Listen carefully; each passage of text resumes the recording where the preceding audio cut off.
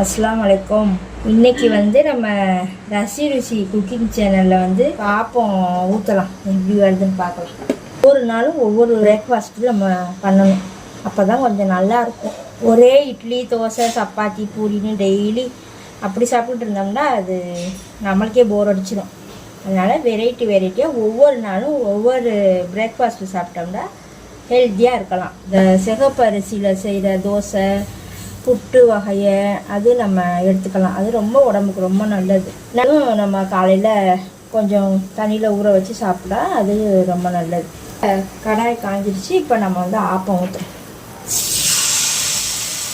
எனக்கு ஃபஸ்ட்லாம் ஆப்பம் ரொம்ப சாஃப்டாலாம் சுட அவ்வளோவா தெரியாது. அப்புறம் எங்கள் மச்சி ஒருத்தவங்க எனக்கு சொல்லி கொடுத்தாங்க, இந்த மாதிரி பண்ணணும் அப்படின்னு. அதே மெஷர்மெண்ட்டாக நான் ஊற வச்சுருக்கேன். பாருங்க, சூப்பராக வந்துருச்சு.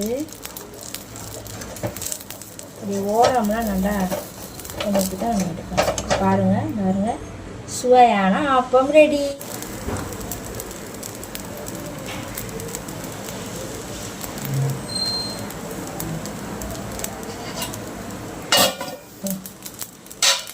பாருங்க, சுவையான முட்டை ஆப்பம் ரெடி.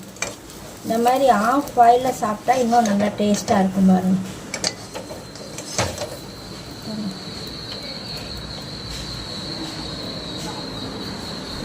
ஆப்பம்